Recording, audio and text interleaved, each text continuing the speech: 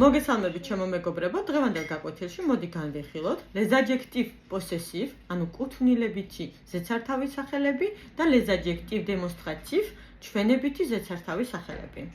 Mon livre, ჩემი წიგნი, ma voiture, ჩემი მანქანა და mes parents, ჩემი მშობლები. Ton livre, შენი წიგნი და voiture, შენი მანქანა და tes parents, შენი მშობლები. Son livre, მისი წიგნი, sa voiture, მისი მანქანა და ses parents, მისი მშობლები. Notre livre, ჩვენი წიგნი და nos parents, ჩვენი მშობლები. ამ შემთხვევაში სქესს მნიშვნელობა აღარ აქვს, მდედრობიცეთ ვიწვი მაგალითად notre voiture, ჩვენი მანქანა. Votre livre, თქვენი წიგნი და vos parents, თქვენი მშობლები. აქაც იგივენაირად მდედრობიცე ვიტყვი votre voiture, თქვენი მანქანა. Leur livre, მათი წიგნი, leur voiture, თუნდაც მათი მანქანა და leurs parents, მათი მშობლები.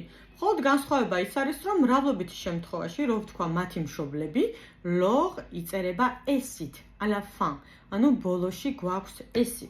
აქვე დავამატებ კუთვნილების შემთხვევაში, როდესაც სიტყვა არის მდედრობითი სქესი, მაგალითად გვინდა ვთქვათ მეგობარ გოგოზე, ჩემი მეგობარი, ხო? და ლოგიკურად ალბათ იტყვით, რომ მაამი. მაგრამ ეს არ მუშაობს, რადგან ორი ხმოვანი ხვდება ერთმანეთს და სიტყვები, რომლებიც მდედრობითი სქესის არის, მაინც ვიტყვით mon ami, ton ami, son ami, ანუ მამრობითის კუთვნილებას ავიღებთ. ახლა მოდი ჩვენებით ზეცართავ სახელებზე გადავიდეთ, მაგალითად so, ნახეთ თან შემოშვილებმა ესე მასწავლის, ხელით უნდა თქვა se ხო ესე იწერება და ce, ვანახებ, ce livre, ეს წიგნი. ხო, მარტივია.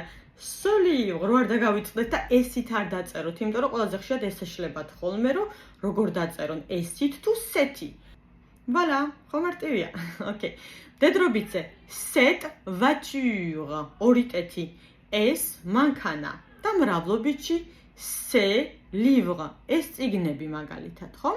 მრავლობითში მნიშვნელობა არ აქვს. Ces voitures, ასევე იტყვი, ეს მანქანები. აქ არის ერთი მნიშვნელოვანი საკითხი, ასევე გვაქვს ჩვენ cet.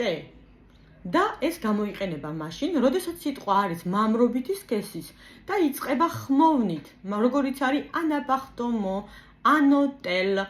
ამ შემთხვევაში გამოვიყენებთ ამ ერთი ტეთი, ჩვენებით ნაცვამისა, ჩვენებით ზეცართავ სახელს და ვიტყვი cet appartement და cet hôtel. Voilà, სულ ეს იყო დღეისათვის.